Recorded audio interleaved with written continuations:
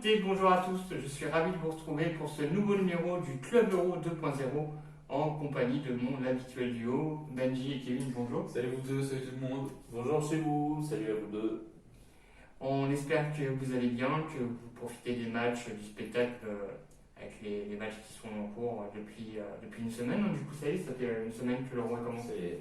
Ça a bien démarré, hein, je trouve qu'on a de beaux matchs. Quoi, donc, Seulement une semaine. Ouais, et l'Euro est à son rendez-vous, quoi, donc c'est très bien. Non, oui, c'est bien. Ouais. Il y a des beaux matchs. Tout à fait, on en reparlera justement avec la présentation des matchs, où on évoquera les rencontres précédentes. Ensuite, on poursuivra avec le duplex. Ensuite, ça sera le moment de l'attaque défense, où nous verrons Damien et Julien. Et enfin, d'émission, comme d'habitude, nos pronostics. Et donc, on commence tout de suite avec la présentation des matchs. Et donc, nous attaquons l'émission avec Suède-Slovaquie, présentée par Kevin. Eh oui, tout à fait. Donc, les deux équipes se sont affrontées à 3 reprises. Des victoires pour la Suède. C'est pas beaucoup, 3. Après, Ouais. 3, c'est entre 2 et 4. Ouais, ok, merci. Je vais arrêter, je vais me taire. La Slovaquie a fait 0 victoire, du coup, un match nul entre les deux équipes. D'accord. Et donc 2 victoires pour La Suède, tout à fait. Oui, j'ai perturbé le truc. Donc, la Slovaquie a battu la Pologne. C'est un résultat un peu surprise. Ouais. La Pologne était quand même, pour moi, favorite face à la Slovaquie. C'est quand même des bons joueurs en Pologne.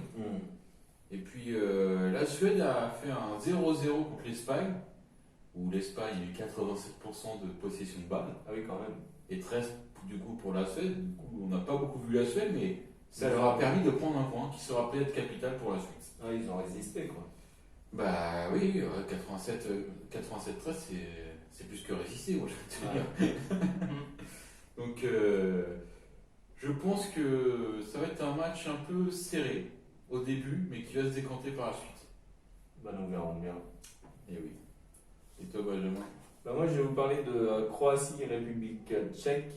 Ils se sont affrontés à 2 reprises, une victoire pour la Croatie et un match nul. Donc, pour rappel, la Croatie est classée 14e au classement en FIFA et la République tchèque 40e, donc il y a un espace. La Croatie a perdu son premier match face à l'Angleterre, 1-0, but de Sterling.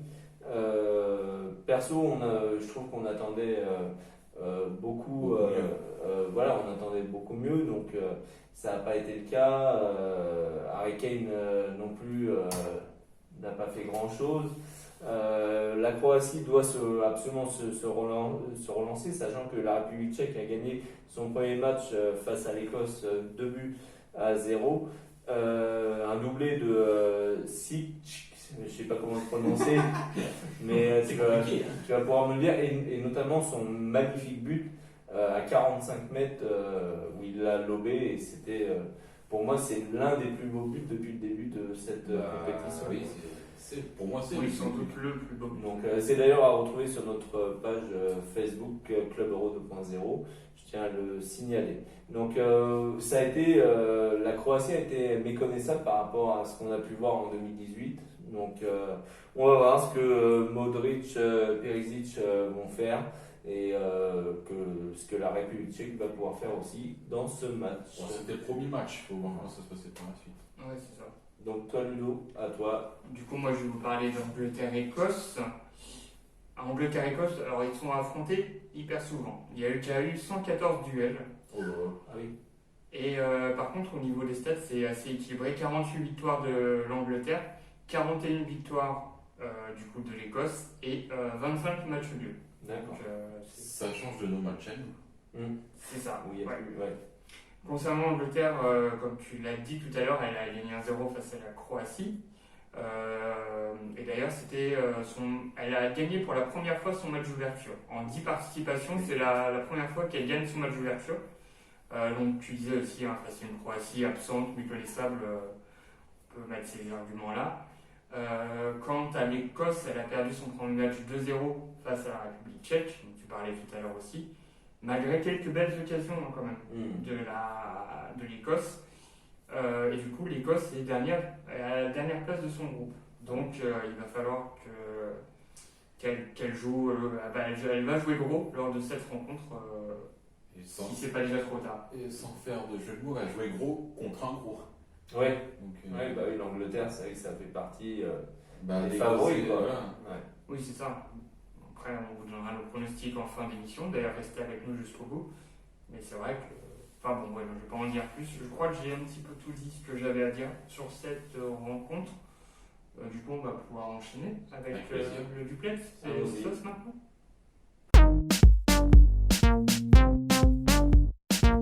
Et c'est donc le moment où nous retrouvons Romain. Bonjour le plateau et bonjour à vous derrière votre écran. Comme hier, je continue mes petits déballages des souvenirs. Donc là aujourd'hui c'est la Suède. Voilà, j'ai mon petit déguisement pour aujourd'hui, petit souvenir de Suède.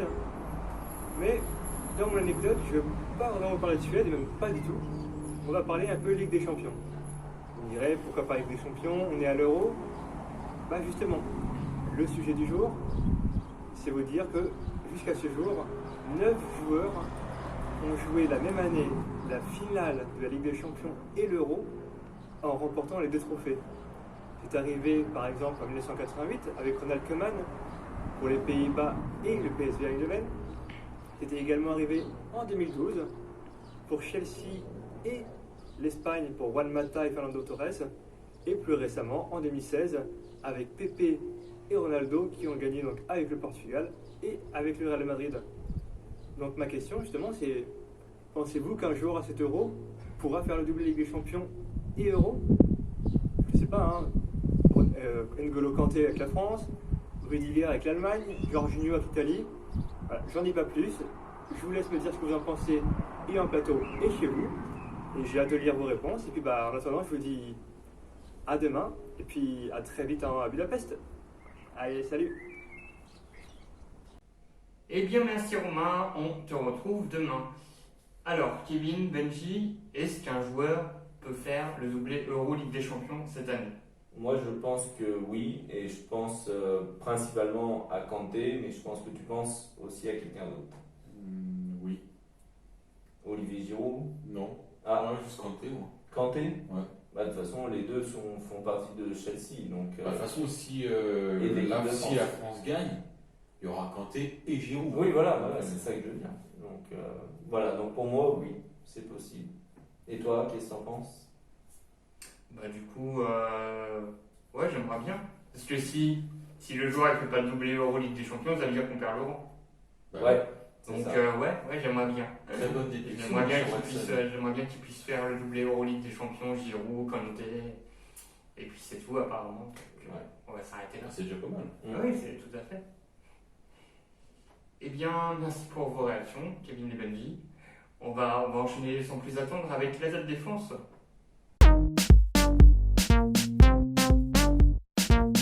Et donc nous retrouvons Damien et Julien, et ils vont évoquer ce sujet. Après une longue saison, un euro sur les rotules. Un sujet intéressant, une fois de plus. On vous laisse regarder ça. Je sais pas si tu te souviens, il n'y a pas longtemps, je te parlais d'un euro au rabais. Ouais. Et du coup, là, je me demande si vraiment on va pas avoir un euro avec des joueurs qui vont arriver sur les rotules, quoi. Bah, c'est vrai que c'est une question que je me pose aussi, c'est légitime.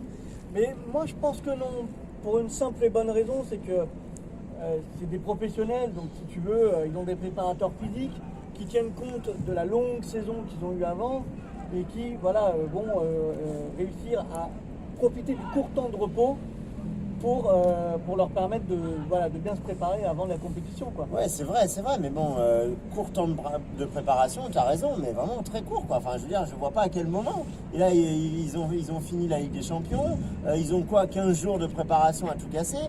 Ils jouent depuis le mois de juillet, juillet de l'année dernière pour certains, dans certains clubs avec le Final 8, etc. Ils ont jamais eu de pause, rien eu, plus de 60 matchs pour certains. Moi, j'ai très très peur de la qualité de cet euro. Bah, alors, tu parlais du Final 8 justement et de la Ligue des Champions. Moi, j'ai un exemple en tête. Alors, tu vas me dire, oui, les jeunes, machin, c'est pas forcément le cas pour tous. Mais tu vois quelqu'un comme Kylian Mbappé, justement, c'est le reproche qu'on lui avait fait. Déjà, bon, je l'ai déjà répété, mais il l'avait signalé. Et puis deuxièmement, bon, il a eu un coup de moins bien, effectivement, en novembre-décembre, enfin dans l'hiver, comme ça, l'automne-hiver. Il a été d'ailleurs sur les feux des critiques. Et puis après, effectivement, il a quand même performé à l'arrivée du printemps, aussi bien en Ligue 1 qu'en Ligue des Champions. Voilà, et pourtant, il partait du même endroit. Mais simplement, il y a eu un équilibre dans la récupération qui fait que il a pu le faire. Et ils le font très bien à grande échelle avec leur nation. Oui, bien sûr. Bah, après, moi, voilà, ma crainte, c'est voilà, tout le monde n'est pas Kylian Mbappé, ils n'ont pas tous le même physique, le même entraînement, etc. Donc moi, c'est un peu ma crainte, quoi. T'as vu, il y a un ballon là-bas. Il faut qu'on y aille. Eh bien, merci Damien, merci Julien. On vous retrouve dès demain, évidemment. Est-ce que ça vous inspire quelque chose? Vous avez une réaction par rapport au sujet que vous venez de voir? Oui, c'est sûr qu'ils vont être fatigués en attaquant l'Euro. C'est avec la saison qu'il y a eu et le Covid, ça n'a pas aidé. Il n'y a pas eu de préparation d'avant-saison. Oui, je suis d'accord. Après, en règle générale, souvent les compétitions euro ou mondiales, ça s'enchaîne, ça suit la Ligue des Champions. Donc, mais après, c'est vrai, comme tu dis, il y a pas eu de match, enfin, il y a eu des matchs préparatifs, mais pas non plus autant que ça, quoi. Donc, Ouais, enfin, c'était surtout l'enchaînement des deux Ouais. saisons de ouais, Ligue des Champions, Ligue 1, enfin. donc ils vont peut-être être plus fatigués que d'habitude. Voilà, à voir. Ouais, et puis après j'arrête de parler, mais il y a aussi le fait qu'ils se déplacent dans plusieurs endroits, ça n'a pas aidé quoi. Oui, en plus, il y a ça. Il y a ça, c'est vrai. Il y a ça à prendre en compte. Et vous, quel est votre avis sur ce sujet? N'hésitez pas à réagir sur nos réseaux sociaux, Facebook, Instagram, YouTube. N'hésitez pas à mettre vos pronostics aussi pour les rencontres. On a hâte de vous lire et on va justement enchaîner avec nos pronostics.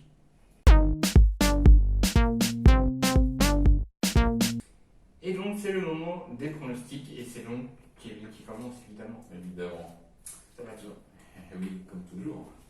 Donc moi, je vois la Suède gagner 2-0 contre la Slovaquie.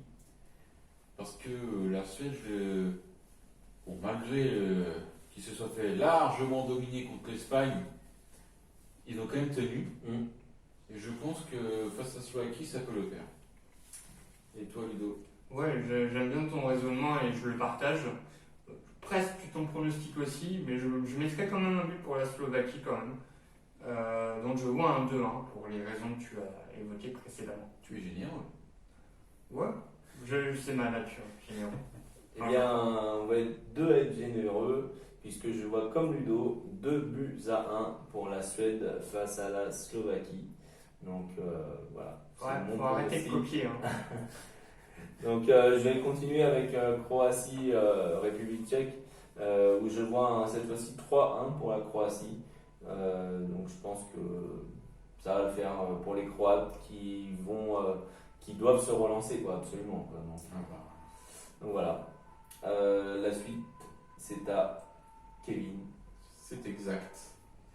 2-0 pour la Croatie. Voilà. Ouais. Je pense que tu es généreux, mais peut-être un peu trop, quand même 3-1. Enfin bon, après, c'est que mon avis, il est celui de Kevin. Il est peut-être naïf, surtout. On verra. Oui, bah après, il a le droit d'espérer. On verra ça ce soir. C'est vrai. Moi, j'ai copié sur Kevin pour ce match-là. Je vois aussi un 2-0 pour la Croatie. Tout à fait. Et donc, du coup. Oh, c'est moi qui continue. Oh là là, Voilà, c'est magnifique. On est raccord ce matin. Oui, ce soir. Ce soir, ce matin, ce midi. Ça dépend à l'heure que vous regardez cette émission. Ah, il m'a coupé la parole encore Et une oui. fois. Pour ce derby de Grande-Bretagne, de Royaume-Uni, je vois, je vous ai pas dit la rencontre, pour Angleterre-Écosse, donc le derby de Grande-Bretagne, de Royaume-Uni, je vois un 2-1 pour l'Angleterre, que je vois gagner ce face-à-face plutôt facilement. Et toi, Benjamin, t'en penses quoi? 3-0 pour l'Angleterre. Ah, quand même. Ah bah, je pense qu'avec le match qu'ils ont fait, certes ils ont gagné 1-0, mais c'est pas le niveau de l'Angleterre. Je pense que là, ça y est, ils vont enfin se dégager et marquer 3 buts, quoi. On verra qui marquera Et j'ai hâte de connaître le pronostic de mon ami Kevin. Il y aura 3-1 Pour l'Angleterre. Ah, C'est bon, faut dire l'équipe Voilà, quand même, vraiment, sinon c'est trop facile. Non, Non, moi je vois bien l'Angleterre, c'est l'Angleterre, il faut pas se mentir, est quand même au-dessus de l'Écosse. Ouais. Donc Sur le papier, théoriquement, oui. voilà, oui sur le papier. Ouais. Après, on va voir ce que ça va donner sur le match. Mais voilà. bien merci messieurs. Bah, merci à Merci. toi, merci à vous. Oui, tout à fait. Juste d'ailleurs, une petite parenthèse rapide avant de conclure l'émission. On voulait s'excuser un petit peu pour les bugs survenus sur les publications hier. Donc, des bugs évidemment indépendants de notre volonté, vous vous en doutez bien. Et on espère que ça ne se reproduira pas. Et aussi une petite parenthèse sur la chaîne beIN Sport que j'apprécie. Je n'ai rien contre cette chaîne.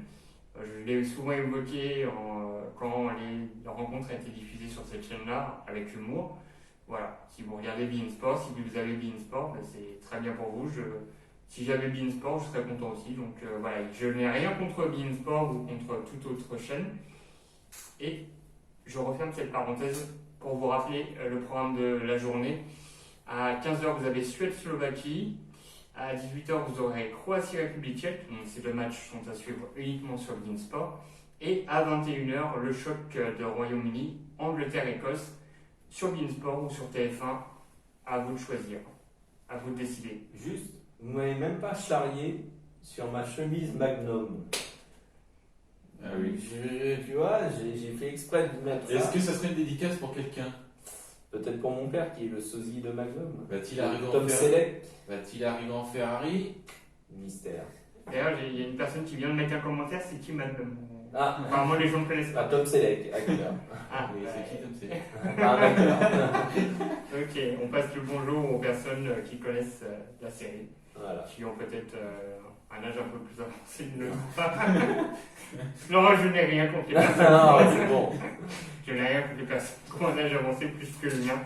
On vous souhaite une bonne journée, de belles rencontres et on vous dit à demain. À demain. Bonne journée. Ciao. Salut.